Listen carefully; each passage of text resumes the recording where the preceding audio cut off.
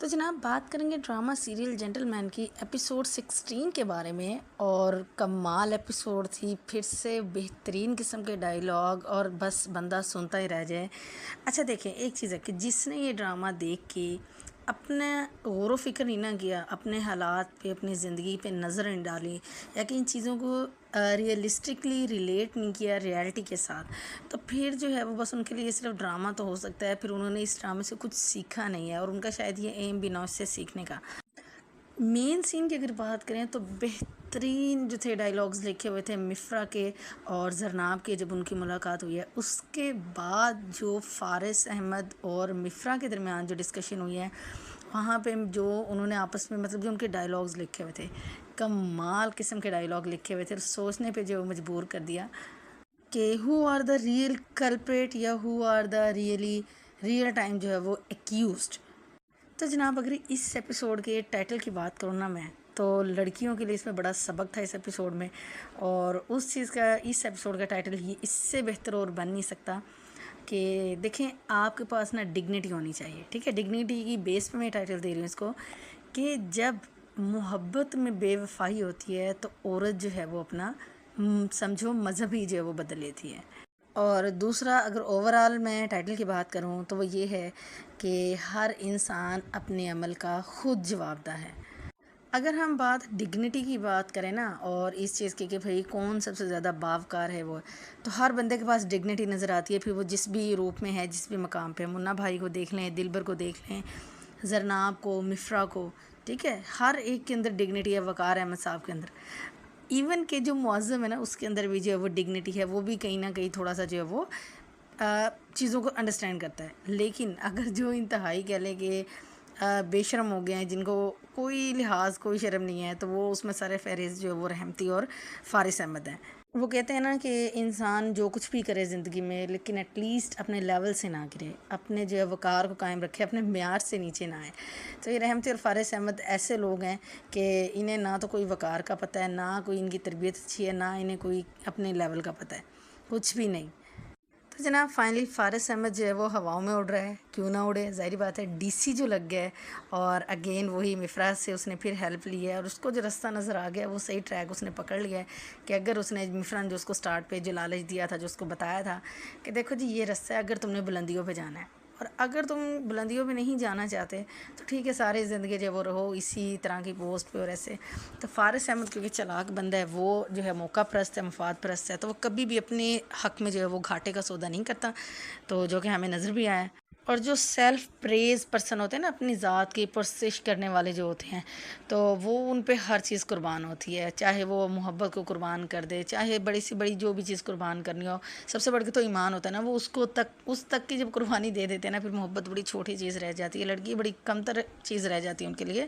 ان کو اور بتیری کہ ابھی جمعہ 8 دن ہوئے نہیں، اور وہ مفرا کو جو ہے وہ دعوت دے رہا ہے کہ جی ہاں جی مجھ سے شادی کر لو، تاکہ میں نے اس کا ڈانس دیکھنا ہے، وہ آگے ہماری شادی میں جو ہے وہ ناچے۔ تو جناب لڑکیوں آنکھیں کھول کے دیکھ لیں، یہ ہوتی ہے 2 ٹکے کی محبت، کہ جب کوئی کسی ورتھ پہ آ جاتا ہے نا، کوئی ورتھی بن جاتا ہے، کسی پوزیشن پہ آ جاتا ہے، تو پھر آپ کی اس کے سامنے جو حیثیت ہے نا وہ اس طرح کی، اور یہ خیر کم ظرف لوگوں کا ہوتا ہے، باقی کوئی ظرف والا ہو تو پھر وہ ایک بال منا جیسا بھی ہوتا ہے۔ اور جناب دوسری اگر بات دیکھیں نا، جو مطلب مفرا نے کی تھی فارس احمد سے، کہ دیکھیں یہ جو کہتے ہیں نا کہ سب اللہ تعالیٰ کرتا ہے، سب قسمت میں ہوتا ہے، یہ چیز یہ ہم سب لوگوں کا، یہ بہت ریئلسٹک بات تھی، بہت زبردست یہاں پہ ڈائیلاگز لکھے ہوئے تھے، کہ ہم ہر غلط کام، صحیح کام کا تو کریڈٹ خیر دیں یا نہ دیں، لیکن ہر ہونے والی بری چیز کا کریڈٹ، ہر غلط کام کا کریڈٹ، ایون کہ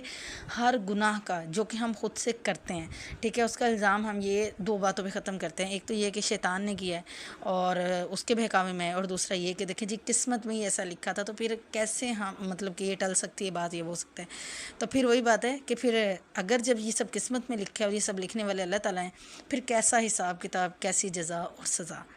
تو اگر سوچا جائے تو بڑی گہری بات ہے یہ۔ تو دیکھیں اگر آپ نے یہ کہہ کے اپنی جان چھڑوانی ہے نا، تو صرف بات جو ہے وہ سمپل سی ہے، نو ڈاؤٹ کہ اس میں کوئی شک نہیں ہے ذرا برابر بھی، کہ ہر چیز اللہ کی مرضی سے، آپ کا ہر فیصلہ مطلب آپ کی پوری زندگی کو لکھ دیا گیا ہے جی، کہ آپ کی زندگی میں کیا کچھ ہونا ہے۔ تو پھر دیکھیں نا، پھر یہ چکر کیا ہے کہ آپ کو چوائسیز دی گئی ہیں، آپ کو جو ہے وہ سینس دی گئی ہے، یعنی کہ شعور دیا گیا ہے۔ اب فار ایگزامپل اگر آپ کے سامنے جو وہ رشوت لینے کا فیصلہ ہے، ٹھیک ہے جی کہ رشوت ہے اور آپ نے رشوت لینی ہے،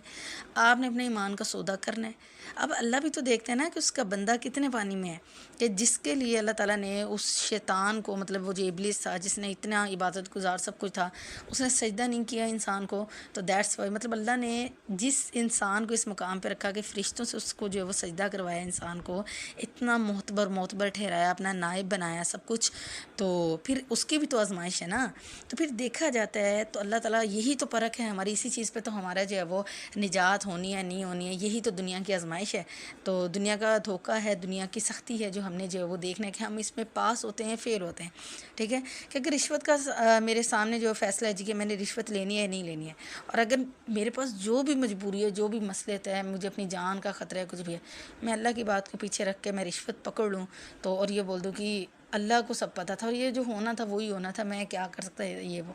تو جناب یہیں پہ آ کے آپ جو ہے وہ فلاپ ہو جاتے ہو، فیل ہو جاتے ہو، اور یہیں پہ آ کے آپ مار کھاتے ہو۔ مطلب کہ ابھی باقی چیزیں چھوڑ دیں ہیں یا نہیں، آپ ایک ٹائم کے لیے چھوڑ دیں کہ جی آپ ہیں اور آپ کے سامنے آپ کا فیصلہ ہے۔ آپ یہ سوچیں کہ آپ کو اچھائی کا بھی بتایا ہوا ہے، آپ کو برائی کا بتایا ہوا ہے، آپ کس کی طرف ہاتھ بڑھاتے ہو، پھر چاہے آپ کی جان ہی کیوں نہ چلی جائے۔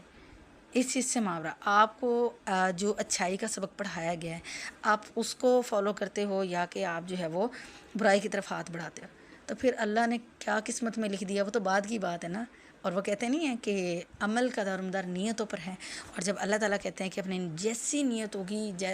ہوگی ویسا ہی آپ کو اجر ملے گا، تو پھر جناب آپ کو جو ہے وہ ذرا نہیں پورا سوچنے کی ضرورت ہے۔